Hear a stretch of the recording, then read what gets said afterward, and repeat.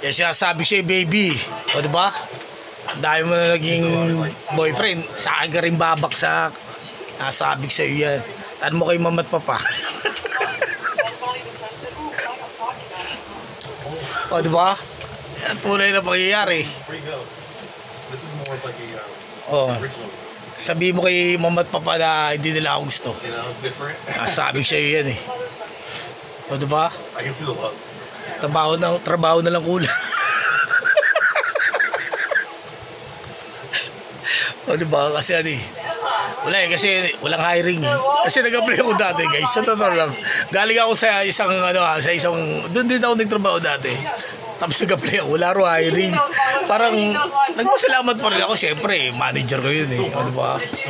Yan ang tunay na pangyari kasi, guys. Sa totoo lang. Lagi kayo magpapasalamat kahit natanggap ka o hindi. Yan ang tunay. O, diba? O, saka ka na magmakatol kapag wala na sa sarap mo, diba? Ganun lang. O, diba? Yan ang tunay. O, guys, may binibenta ako. Damit. O, diba? Ano lang to? Mga 50 pesos. O, bili nyo. 50 pesos ha. Ay, $50 pala. O, diba? Ayun sinasabi ko sa inyo. In-order ko kanina sa isang sa isang katulad ng Lazada o kaya ng Shopee. Pero ibebenta ko. O, diba? Makakatipid kayo. Ayaw nyo. Bibili ba kayo ng mga sirang damit? Kasi marami akong sirang damit dito eh.